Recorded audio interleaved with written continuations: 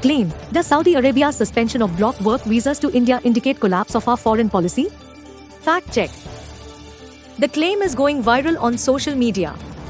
A post on X.com by the Congress Party spokesperson, Pawan Khera, is being shared with a claim that Saudi Arabia suspended visas for 14 countries, including India, suggesting that it indicates the collapse of India's foreign policy under Prime Minister Narendra Modi.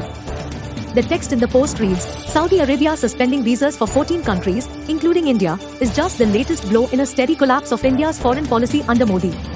To this development, he added other foreign policy issues. The post also cites an article published in the Times of India. Fact check. Truth, misleading.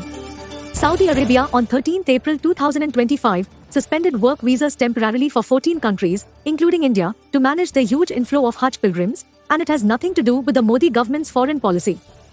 Fact check details. A basic search on Google News revealed that the news is true, but the extrapolation is not. Saudi Arabia on 13 April 2025 temporarily suspended block work visas for 14 countries, including India, Bangladesh, Egypt, and Indonesia, until June 2025 to manage Hajj pilgrims and immigration compliance. It was a Hajj-linked administrative decision taken prior to Indo-Pak tensions and has nothing to do with the Modi government's failure.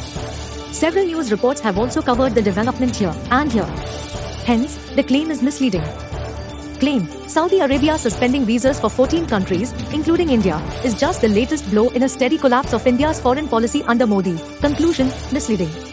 Saudi Arabia on 13 April 2025 suspended work visas temporarily for 14 countries, including India, to manage the huge inflow of Hajj pilgrims, and it has nothing to do with the Modi government's foreign policy. Rating: misleading. The claim is misleading. Thank you for visiting us, digiti.in. Subscribe to our channel, Digit i India.